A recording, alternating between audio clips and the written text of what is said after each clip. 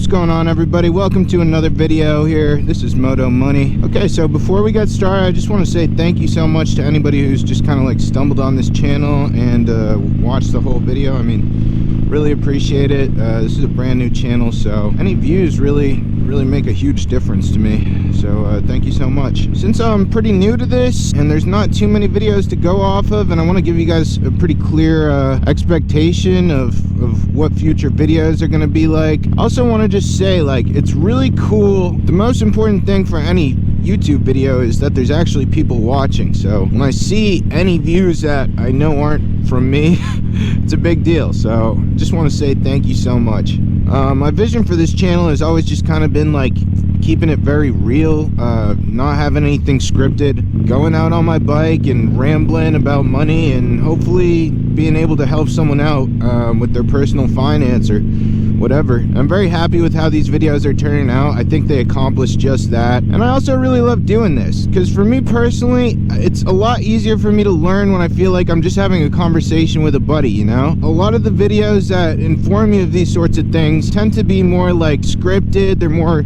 written out, presented in a certain like PowerPoint way. I prefer this more conversational way. So for the foreseeable future, and I feel like for the life of this channel, I'd like to keep it exactly that way. I want to keep it unscripted. I want to just go out on my bike, ramble off my thoughts and ideas, and not have it feel like something that's being presented to you. So pretty much for the whole life of this channel, I'd like for it to be exactly that. I want to go out on my bike, I want to ramble off my ideas, and hopefully you can gain something from it. And if not, like, it's just a lot of fun. I think I also really want this to be a discussion too, because one thing I've learned is that you will never know everything. It's pretty obvious. Even an expert is an expert because they're constantly learning more. And I've said it before, I don't consider myself any sort of financial expert, but I'm also going to be real.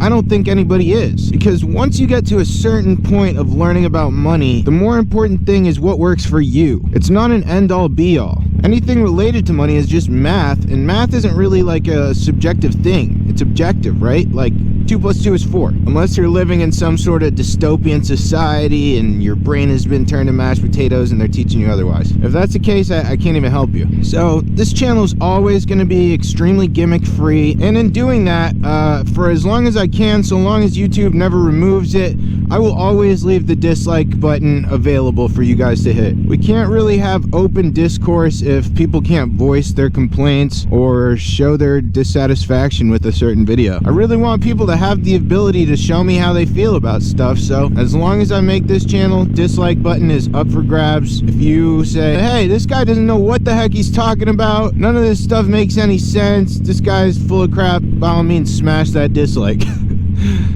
I'm not going to stop you, and in fact, if that's what you want to do, I'm going to encourage you to do so. So that's just kind of what you can expect. Like, the videos are going to be very freeform. They're not going to be me going over bullet points. I'm going to rattle things off as they come to mind, and if I miss something, it is what it is, because I'm talking to you. Okay, so now that we went over all that fun stuff, let's get into it. These are going to be some of the most important things. Like I've said before in my other video, money is an inanimate object. It does not discriminate. The money does not care how old you are. It doesn't care about what your job is. It doesn't care how much you spend, okay? It's just a number. Now, other things like how much you're pulling in or what your occupation is, that has a lot to do more with, you know, age, experience, whatever. But the money itself does not know any of these things. It doesn't know where it came from. It doesn't know where it's going. It does not know how it ended up in your bank account. But when it's in there, that's yours. So whenever you're feeling down, you can kind of remind yourself of that. The money doesn't care. The money's never going to judge you. It doesn't care how much of itself there is in your bank account. It doesn't care how little. It is always going to be your friend. Your judgment-free friend. Those are the best types of friends. So when that knowledge is at the forefront of your thinking financially, it's very empowering, because now a lot of those excuses that you would kind of have on yourself, like, oh, it might be too early to do this because I'm so young, or oh, it might be too late to do this because I'm so old.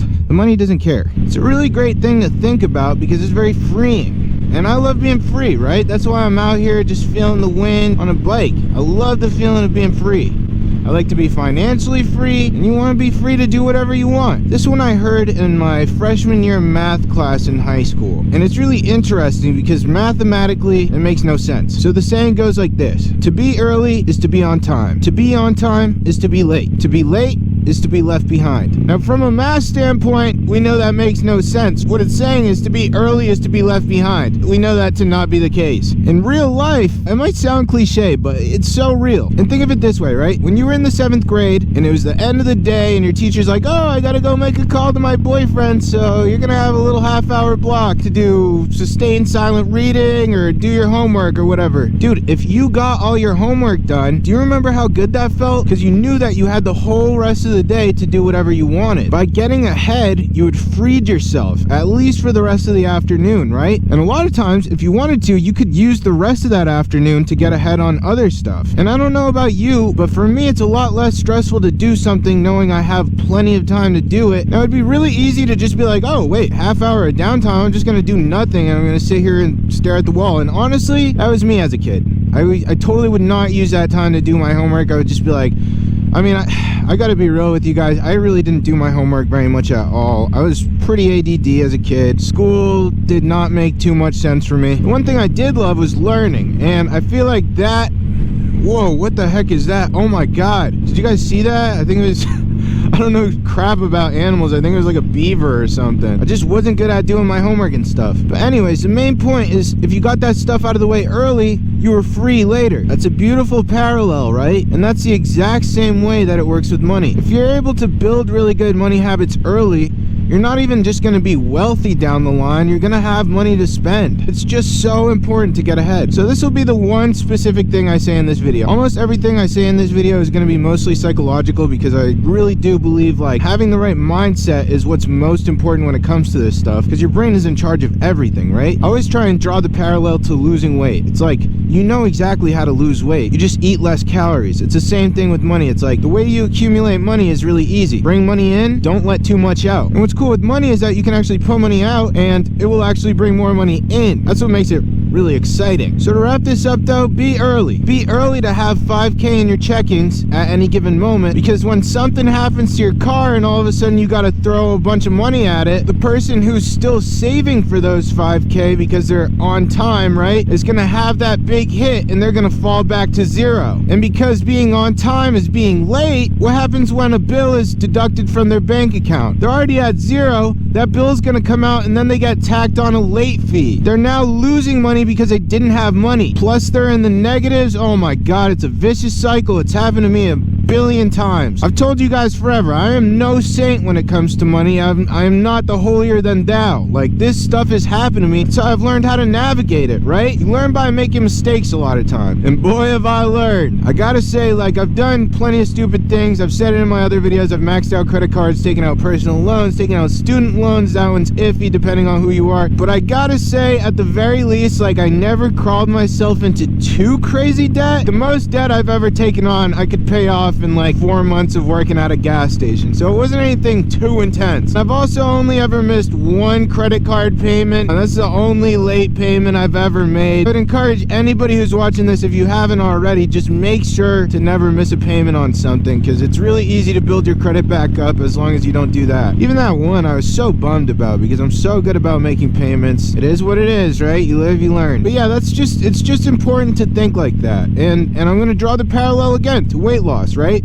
Think of how much easier it is to exercise when you're already in good shape. It's a lot harder to go for a 3-mile run when you have 50 extra pounds weighing you down. So get ahead. Next time that you find that you're on time, put in that little extra effort, do what you gotta do. Whatever you can do to get ahead, do it. And if you can get more ahead when you're ahead, amazing. That's a pattern you find with successful people, right? Is they work when they don't have to work. And it makes it a lot better too, because then it's like, you know, they're not stressed. They're going to work, but they're not stressed over it, because they know if tomorrow they lost their job, doesn't matter. And, you know, depending on the person, some people like to work under stress. That's fine. If you're that type of person, you know, like, I'm sure the stress isn't gonna go away for you, because maybe that's just built into your personality type. For me, it's a pretty big balance. Like, I definitely feel stressed a lot of the time. That's also just because I'm very ambitious. I set really, really high expectations for myself, and then I get disappointed when I'm not able to hit them. Then when I put things into perspective and I really take a look at where I'm at, I'm actually really happy. And so for me, it makes it that much easier when I go to work to not feel like I need to be there. And if I lose that, I'm gonna be totally screwed because I'm not. And then my work feels like I'm playing a game, and that's a lot more fun for me, because instead of me seeing something like, oh, I don't know how to do this, oh, I'm freaking out, I'm looking at it from like a problem solving thing, or like I'm playing a board game. It actually helps my work. It makes me have clearer solutions. I'm able to think through things a lot better. It's just really beneficial for me. Again, that's maybe not for everyone.